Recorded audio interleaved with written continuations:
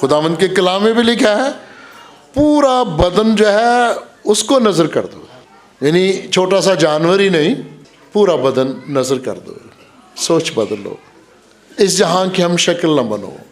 اس معاشرے میں ملنا تو سب کو ہے لیکن ان جیسے نہیں بننا۔ بنی اسرائیل کو سختی سے منع کیا گیا تھا نا، لیکن پھر انہوں نے تعلق ناطے چھوڑ دیا۔ بھی تم خدا کے لوگ ہو، ایماندار لوگ ہو، تھوڑا انہیں سکھاؤ تو صحیح نا۔ معاشرے میں میل ملاپ رکھنا ہے، نفرت تو نہیں کرنی نا، نفرت نہیں کرنی۔ ہم یہ نہیں کہیں گے جی یہ نشئی ہے اور یہ شرابی ہے تو اس سے نفرت کرو، نہیں، ان سے پیار کرنا ہے، ان کو راہ راست پر لانے کی کوشش کرنی ہے۔ یہ تو نہیں کہ ہم کہیں جی یہ بندہ ہی بہت برا ہے بس اس کے قریب ہی نہیں آنا، تو اس طرح تو ہر کوئی برائی میں گر جائے گا اور پھر کوئی بھی کسی کے قریب نہیں جائے گا، سب ہلاک ہو جائیں گے۔ اچھے پیشوا بن کے معاشرے میں فضل کے تحت آگے بڑھنا ہے، اور یاد رکھیں نفرت کی بجائے مسافر پروری کرنی ہے، میل ملاپ کرنا ہے، نیکی کرنی ہے اور عزت کرنی ہے، عزت کی روح سے۔ یہ بھی نہیں کہ کسی کو آپ حقیر جانو کہ میں نے تیری مدد کی ہے تو بڑا حقیر ہے۔ لوگ اکثر یہ لفظ بول دیتے ہیں کہ اس کی ویلیو کیا ہے، وہ تو 2 ٹکے کا بندہ نہیں ہے۔ یہ پرانا محاورہ بچپن کا، آج کل ویسے 2 ٹکے کا بندہ نہیں کہنا چاہیے، کیونکہ 1 ٹکے میں 2.5 روپے ہیں۔ اب ٹکا مضبوط ہو گیا نا، یعنی یہ حقارت کے لفظ ہیں۔ غریب ہونا تو کوئی بری بات نہیں ہے نا، اچھا انسان بننا بہت بڑی بات ہے۔ ہم برے انسان کو تو ویلکم کہتے رہتے ہیں۔ میری پیاری بہن اور پیارے بھائیو، نئے سال میں آج ہم قدم رکھ رہے ہیں، کوشش کیجئے گا، ہم بھی کوشش کریں گے، میں بھی آپ ہی کی طرح کا ادنا سا خادم ہوں، کمزور سا شخص ہوں، اور میں بھی برملا اقرار کرتا ہوں کہ بار بار غلطیاں ہوتی ہیں۔